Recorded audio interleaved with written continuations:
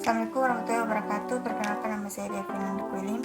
Saya mahasiswa semester 5 dari program studi akuntansi Universitas Muhammadiyah Maluku Utara. Jadi pada pembahasan kali ini saya akan membahas tentang fenomenologi sumber daya manusia sebagai aset intelektual dalam amal usaha Muhammadiyah. Ya, langsung saja pada pembahasannya. Latar belakang, sampai saat ini sumber daya manusia masih menjadi perdebatan hangat kalangan akademisi maupun para praktisi. Akuntansi berkaitan dengan pengakuan sumber daya manusia yang tidak hanya sekedar sebagai beban tetapi dapat diakui sebagai aset. Kemudian jenis penelitian ini merupakan penelitian yang dilakukan dalam ranah kualitatif. Penjelasan tentang penelitian kualitatif sebagaimana dijelaskan Smith 2009 sebagai penelitian yang mempelajari suatu bidang antar disiplin, lintas disiplin, bahkan terkadang merupakan lawan disiplin dari suatu fenomena yang terjadi. Kemudian masuk pada model pendekatan. Dalam penelitian ini, penulis menggunakan metode interpretif fenomenologi sebagai pijakan dalam memahami sumber daya manusia sebagai aset intelektual dalam amal usaha Muhammadiyah, yaitu Universitas Muhammadiyah Maluku Utara. Kemudian objek penelitian. Penelitian ini dilakukan di salah satu amal usaha Muhammadiyah di Indonesia bagian timur, yaitu Universitas Muhammadiyah Maluku Utara. Alasan peneliti memiliki lokasi ini yaitu yang pertama, UMU memiliki ciri khas yang berbeda dengan Universitas Muhammadiyah yang ada di Indonesia, di mana UMU didirikan di tengah-tengah konflik sosial yang melanda Maluku pada tahun 1999 sampai 2000.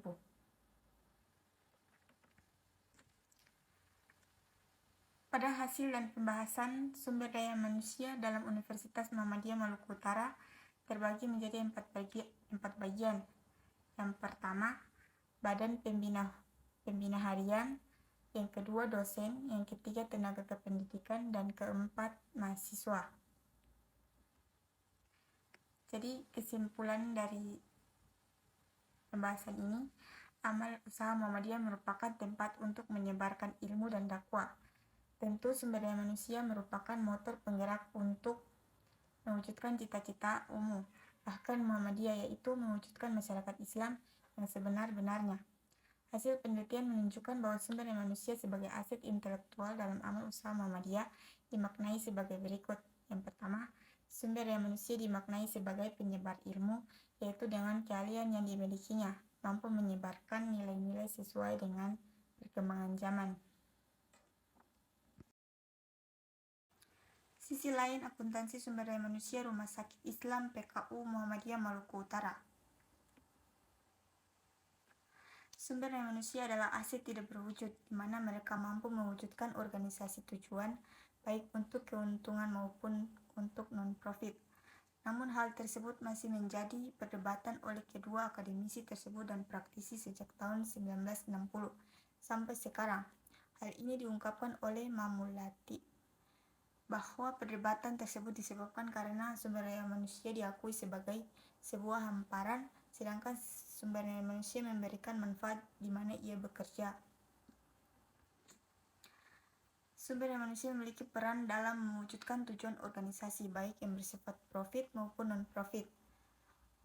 RSI PKU Muhammadiyah Maluku Utara yang memiliki sumber daya manusia di bidang kesehatan tentunya memiliki tercapainya tujuan organisasi.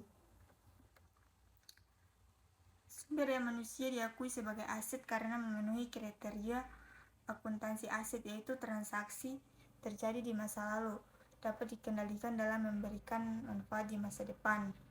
Pertama, sumber daya manusia di PKU RS Maluku Utara sebelum diangkat menjadi pegawai diseleksi dan diberikan pelatihan untuk membuat layanan profesional.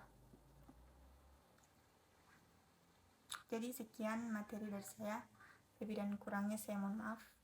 Warahmatullahi wabarakatuh.